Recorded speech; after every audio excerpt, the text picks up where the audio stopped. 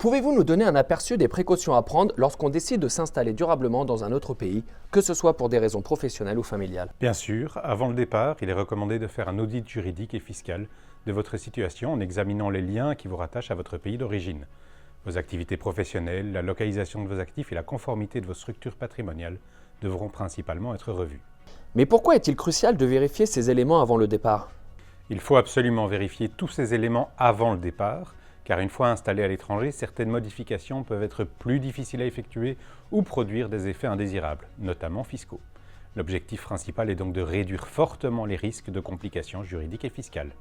Il n'est d'ailleurs pas rare qu'une personne mal préparée ou organisée se retrouve dans une situation de double imposition économique. On suppose souvent que rester plus de 6 mois à l'étranger permet automatiquement d'être considéré comme non-résident fiscal de son pays de départ. Est-ce correct? Attention, rester plus de 6 mois ou 183 jours à l'étranger ne garantit aucunement un statut de non-résident dans son pays d'origine. D'autres critères importants, tels que le centre de vos intérêts professionnels et familiaux ou la source de vos revenus, peuvent être pris en compte. Quelles démarches sont à faire dans le pays d'arrivée? Des démarches d'inscription administrative, fiscale et sociale doivent être entreprises et dépendront de la situation professionnelle et personnelle. Et peut-on choisir un régime spécifique d'imposition dans le nouveau pays? Oui, c'est parfois possible, mais cela doit être évalué soigneusement. Ce genre de planning fiscal se fait au cas par cas.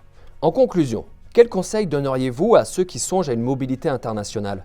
Il est indispensable de se faire accompagner, tant avant le départ effectif qu'à l'arrivée, pour s'assurer que toutes les démarches sont correctement effectuées et que les choix fiscaux sont bien appropriés à sa situation. Cela évitera des mauvaises surprises et des difficultés à long terme. Vous avez des questions et vous souhaitez approfondir ce sujet? Veuillez nous contacter par téléphone ou par mail pour un conseil personnalisé. Cliquez sur le bouton Suivre pour recevoir nos actualités. Prenez les bonnes décisions pour votre patrimoine, votre entreprise et votre famille.